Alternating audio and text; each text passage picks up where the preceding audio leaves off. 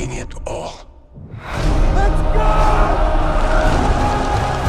The Odyssey is one of the most important works of literature to have ever been written, period.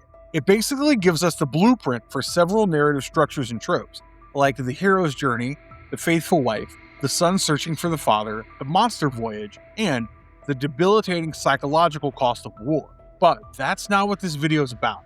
This video is about every character and mythical being confirmed as being part of Christopher Nolan's adaptation of the Odyssey, which hits screens on July 17th, 2026. So without further ado, let's get right to it. Matt Damon as Odysseus. At the heart of the Odyssey stands its titular character, Odysseus, the king of Ithaca, one of the principal Greek commanders who fought in the Trojan War, and perhaps the most psychologically complex hero in all of ancient literature. Unlike traditional epic warriors who are defined by overwhelming physical dominance, Odysseus's true strength lies in adaptability. Homer repeatedly portrayed him as a man whose greatest weapon is not the sword, but the mind behind the sword. He had an uncanny capability for reading danger and improvising under pressure, manipulating perception, and surviving circumstances that would destroy lesser men. That's what the trailer is hinting at when it shows him hiding with his crew in an upturned boat as someone stabs through it with a blade. Odysseus spends so much of his time in the story having to conceal things, negotiate with monsters, endure hardship, and deceive those closest to him that the real question about his narrative isn't will he get home, it's what version of him will arrive if he does, which is captured perfectly by the final shot of the trailer, where Matt Damon answers his film wife's request for coming back by asking a valid question. What if he can't? Damon is the perfect choice to play Odysseus as well, because Odysseus can't be played by a youthful actor convincingly. The character's very nature requires visible mileage and an air of cultivated gravitas, which Damon provides seamless thanks to his many portrayals of spies and generals in films from the past. Suffice it to say, we're looking forward to his depiction of epic poetry's most epic character eagerly. Anne Hathaway as Penelope. If Odysseus is the wandering blip of the Odyssey, Penelope is the stable core, the fixed point whose continued existence gives his journey meaning. She's the queen of Ithaca, wife of Odysseus, and the mother of Telemachus. But describing her only through those relationships misses Homer's true intent with her character, for she's one of the most disciplined strategic minds in the Odyssey. For years, Penelope is left in an impossible political position. Her husband is absent and presumed dead. Her son isn't secure or seasoned enough to replace him with authority, and her palace is overrun by powerful noblemen who aren't just courting her hand, they're vying for the throne itself. Everything around her is designed to force a decision at the cost of a man she doesn't even know has survived or not, and yet she resists all of it without openly igniting civil collapse, which is why Penelope is one of Homer's most underestimated creations in our opinion. Anne Hathaway is the only choice for Penelope in our minds because this role depends almost entirely on controlled emotional layering. Penelope can't express distress openly because of the position she's in, and she can't be cold and detached either because the audience still has to sense the years of strain underneath her composure. Hathaway could pull that off as easily as though she were breathing, micro expressions and regal authority being her province. Tom Holland as Telemachus. Among all the figures in the Odyssey, Telemachus serves a uniquely important function because he's the character through whom the story measures absence. He's the son of Odysseus and Penelope, the prince of Ithaca, and the heir to a kingdom that has been leaderless for most of his conscious life. Odysseus departed for Troy when Telemachus was still an infant, which means the prince has grown up hearing stories of a man he doesn't personally know. His father exists to him more as a reputation than memory, and because Ithaca has spent years undermounting domestic pressure, Telemachus also has to come of age in an environment where his legitimacy is constantly being tested. He is the prince who can't live up to the ideal that is his father. He's racked with uncertainties of youth and filled with honest emotion in a story that features several calculated liars and strategists, his father amongst them. He isn't quite as youthful as his countenance suggests, but he has an air of innocence and emotional exposure to him that can only be captured perfectly by a face that matches those qualities. This is why Tom Holland is the right choice to play him, because his boyish charm goes hand in hand with his superior acting skills. Holland will get a chance to stretch his theatrical legs in a movie that challenges him for the first time, and we can't wait to see people freak out over his range as Spider-Man and Odyssey come out so close to one another. Safdie as Agamemnon. Agamemnon occupies a fascinating place in the Odyssey because he isn't physically present for much of it, yet his shadow hangs heavily over Odysseus' entire journey. He's the king of Mycenae and was the supreme commander of the Greek forces during the Trojan War. He's the man under whom many legendary warriors fought, including, and most importantly, Odysseus. In terms of characterization, Agamemnon embodies the Old Guard, the era where kings marched together, united by ego, bloodlust, and a single military purpose. But in the Odyssey, Homer uses him less as an icon and more as a warning, because Agamemnon is the greatest reminder that victory in Troy didn't guarantee peace afterward, but the instability it created continued to follow its participants home in deeply personal ways, Odysseus being first among them. Safdie's natural look and acting chops lend themselves to Agamemnon's character like a glove fits a hand. He can look intelligent, burdened, suspicious, and faintly unstable without much overt effort. All things that define Agamemnon's character, and we can see him being the underrated scene stealer in Nolan's Odyssey.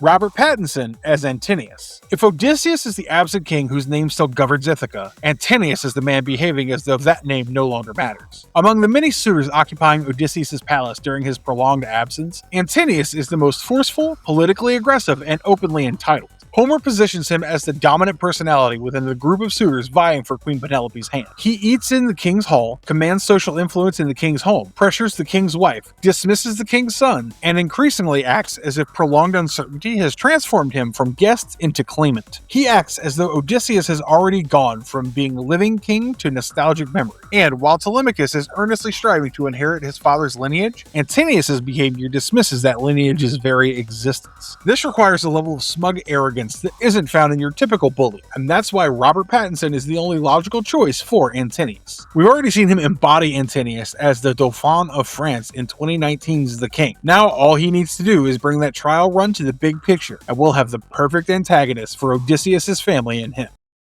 Zendaya as Athena. Among all the divine figures present in the Odyssey, Athena is the one most intimately woven into Odysseus' tale. She's not in the Odyssey just to remind the audience that gods exist. She's there to shape the conditions under which its titular characters' decisions become possible. She is the goddess of wisdom, strategy, discipline, and measured warfare. But more importantly, she's the immortal intelligence most consistently aligned with Odysseus and his household. Whenever the story threatens to sink entirely into chaos, Athena becomes the force attempting to restore the line, pattern, and strategic motion. This is why she's one of the most crucial presences in the entire epic, despite not being a central human protagonist. Zendaya has already played the role of Vision Quest guide in Dune as Shani. She has the grace and poise to represent wisdom unbounded when crisis hits. Her portrayal of Athena is something we look forward to eagerly because it builds upon a foundation that already exists.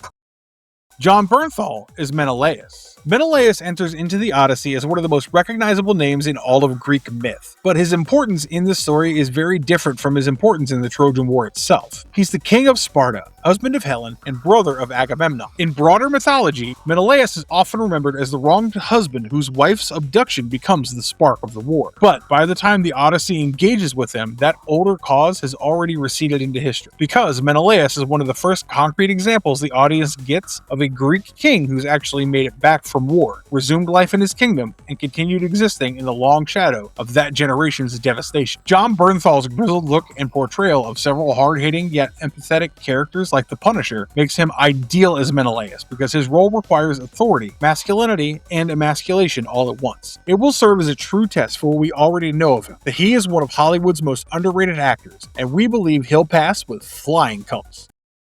Charlize Theron as Calypso. Among all the figures Odysseus encounters in his journey, Calypso is the most deceptively important because she doesn't threaten him through violence, monstrosity, or open hostility. She threatens him through temptation and suspension. Calypso is the immortal nymph who keeps Odysseus on her secluded island, Ogygia, during one of the most prolonged delays in his journey home. She exists outside of ordinary human time and is far removed from kingdoms, wars, obligations, and societal consequence. Her island is not a battlefield, not a court, not a storm war-torn sea. It's a pocket of stillness, and after all that he's experienced, Odysseus is bound to find that kind of detached stability just a little bit alluring and serene. Calypso herself is much like a traveler lost at sea, but unlike Odysseus, who desperately struggles to find his way home, Calypso can never go home, and she's also forced to suffer loss over and over again, for she's bound to fall in love with the men who arrive at Ogygia inadvertently. Her primary role in the Odyssey is to tempt Odysseus into staying with her instead of going home to his wife and life, and Charlize Theron is the ideal temptress to portray this temptation. Calypso isn't a succubus, she's a flawed human being seeking what all humans seek in men who are but transient compared to her eternal curse. Her depiction involves a highly layered sense of emotional hostility and longing, which Theron can pull off based on all we've seen her accomplish in Hollywood.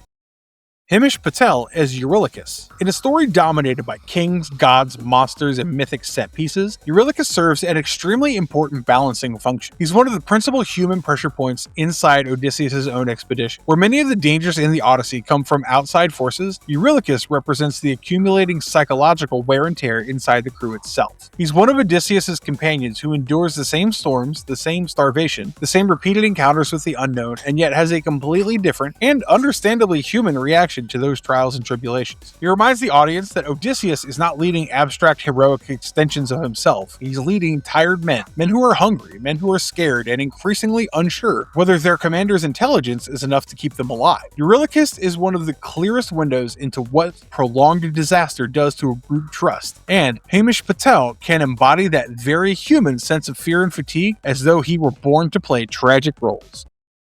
Jon Leguizamo as Eumaeus. Eumaeus may not be an ancient king or an all-powerful god, but within the Odyssey, he serves an essential role. He is living proof that loyalty could survive prolonged collapse. He's the swineherd of Odysseus' household. He's a servant by rank, but he serves as a moral pillar for Ithaca by function. Homer repeatedly used Eumaeus to remind the audience that kingdoms are not held together by royalty alone. They're also held together by the smaller, often overlooked individuals who continue honoring old bonds even when those bonds no longer appear politically useful. He remains attached not to the memory of his master, but to the principles that memory represents, and is one of the last living links between what Ithaca was and what it is becoming. He's the ideal of the small folk, being the true glue that holds the realm together, and Jon Leguizamo has a rather delicate balancing act to perform as a moral adhesive in this story. Mia Goth as Melantho. Melantho is one of those characters whose page time may be comparatively limited, but whose presence is symbolically very revealing. She's a maidservant with Odysseus' household, raised under Penelope's care. She's someone who should, in theory, be part of the queen's trusted domestic circle. Yet, Homer used her to illustrate one of the poem's most uncomfortable truths, that decay inside a kingdom doesn't arrive only through invading enemies or ambitious nobles. Sometimes it seeps in through cultivated relationships that were expected to remain secure. Melantho becomes a living reminder that when the winds of change arrive at one's doorstep, one can either choose to resist them or change with them, and she takes the latter approach. Mia Goth proved that she could play this kind of layered, highbrow, low-loyalty role in Frankenstein, although she wasn't the one doing the treachery. Her soft features invite trust, yet her sultry voice tells you the truth of her intention quite clearly. Her portrayal of Melantho will be one to keep an eye on, because she can give this relatively small role a life of its own with her screen presence. Jimmy Gonzalez as Cephas. Cephas is one of the newer names in Nolan's adaptation that doesn't belong to the immediately famous upper tier of the Odyssey like Odysseus, Penelope, Athena, or Antinous. But current cast listings in the official trailer still place him very specifically beside Odysseus and Eurylochus as part of the seafaring expedition. Public productions still identify Jimmy Gonzalez as Cephas in crew formation scenes, confirming that he's one of the recurring shipmates traveling through the maritime nightmare with Odysseus, which tells us something crucial about Nolan's version of the Odyssey. If Eurylochus serves as the mind and voice that doubts Odysseus' heroics and actions, Cephas will be the body that shows us the consequences. Odysseus was never cruel to his companions on purpose. By all means, he was a great leader and a kind man to them. Cyclops. Of all the mythological threats in the Odyssey, the Cyclops is perhaps the most instantly iconic because he represents the moment the poem stops feeling like a difficult voyage and starts feeling like a nightmare. The Cyclops is not merely a giant monster with one eye. He's a creature fundamentally outside civilization, who stands in stark opposition to Odysseus' established skill set, because his world, despite all the bloodshed and warfare, still runs on systems he can game his way through. Kingship, ritual, guest right, negotiation, command structure, and divine order matter matter in a rational world. But all those systems collapse in the face of a primordial danger like the Cyclops. How could you reason with hunger? What political advantage can you offer a brute in isolation? The Cyclops is what happens when Odysseus enters a place where intelligence has no immediate currency, and that's why it becomes one of the earliest and most brutal signs that the voyage home is no longer operating inside familiar human danger. Recent trailer footage confirms Nolan is giving the Cyclops substantial visual emphasis, including a towering reveal inside the cave sequence rather than a blink and you'll miss it tease, which tells us this encounter is being treated as one of the film's major mythic set pieces, as it should be. Achaean soldier during Trojan War. One of the more visually striking additions to Nolan's trailer is the repeated presence of unnamed Achaean warriors in the Trojan War battle material. Bronze-armored Greek soldiers move through smoke, fire, horse gate infiltration, and post-siege battlefield imagery surrounding Odysseus and Agamemnon. Multiple breakdowns of the released footage note that Nolan is not treating Troy as a throwaway prologue, but as a substantial martial memory embedded into the larger homecoming narrative. And there's particular emphasis on one soldier whose wrath is quite evident in the trailer. While his identity remains unknown, we have a veritable list of heroes that could be him. We still don't know who's playing Achilles, for instance, though it would be epic to say the least if Nolan somehow managed to fit Brad Pitt into his plans. But our guess is that this hulking behemoth of a man is Ajax the Great, who was second only to Achilles in the Trojan War. Whether that's true or not remains to be seen, but we're hoping we'll get glimpses of what happened to Troy on that faithful day in more than flashback and memory. And if that is indeed Ajax the Great, then we're in for a treat of a lifetime where battle sequences are concerned. But for now, we hope you guys enjoyed this list because it's all we've got for you today. The Odyssey is a testament to human ingenuity, and our other hope is that Christopher Nolan does it justice the way it deserves. As always, like, share, and subscribe to our channel for more epic content, and ring that bell icon so you don't miss any future videos. We'll see you when the oars start paddling in July with more of the Odyssey. Until then, stay safe, have a great day, and as always, stay marvelous.